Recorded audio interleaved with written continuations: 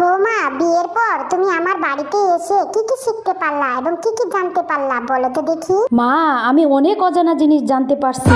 যেমন আমি আমার মা সম্পর্কে জানতে পারছি আমার মা আমাকে কোনো কাজকর্ম শিখায় নাই। আমার মা আমারে শিখাইছে কেমনে সারাদিন খাই এবং কেমনে সারাদিন শুধু ঘুমাই। আবার বাবার সম্পর্কেও জানতে পারছি আমার বাবা আমাকে কোনো আদর কায়দা শেখায় নাই। আমার বাবা আমাকে অতি আদর দিয়ে একটি বাদরে পরিণত করেছে। আমি আমার বড় বোন সম্পর্কেও জানতে পারছি আমার বড় বোন সারাদিন আমাকে ফোন দিয়ে আমার সংসার ভাঙার তন্ত্র মন্ত্র শুধু দেয়। আমি আমার ছোট বোন সম্পর্কেও জানতে পারছি সারাদিন আমার বোন শুধু কেমনে দুলাভাইয়ের পকেট কাটা যায় শুধু সেই বুদ্ধি দেয়।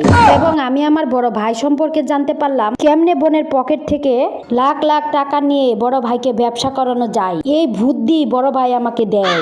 সবচেয়ে বড় কথা, আমি আমার স্কুল কলেজ বিশ্ববিদ্যালয় সম্পর্কে জানতে পারছি স্যার ম্যাডামেরা তারা নাকি আমাকে কোনো শিক্ষাই দেয়নি। আর সেখান থেকেই নাকি আমি শিখছি কেমনে বেয়াদবি করা যায়, কেমনে বড়দের মুখে মুখে তর্ক করা যায়। আরেকটা বড় জিনিস কি জানেন মা, আমি আমার নিজের সম্পর্কে যা জানতে পারিনি তা এতদিনে জানতে পারছি।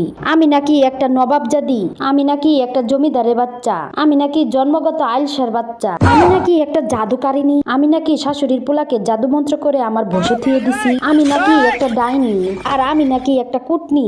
আর এইগুলোই আমি বিয়ের পরে জানতে পারছি জানেন শাশুড়ি আম্মা। আমার জিজ্ঞাসা করাটাই ভুল হয়েছে, অনেক অনেক কথা বলছো। ধরো আমি আরো অনেকগুলো পয়েন্ট ভুলে গেছি কি কি জানে বলা লাগতো, আর গুরুত্বপূর্ণ পয়েন্টগুলো তো বলাই হলো না।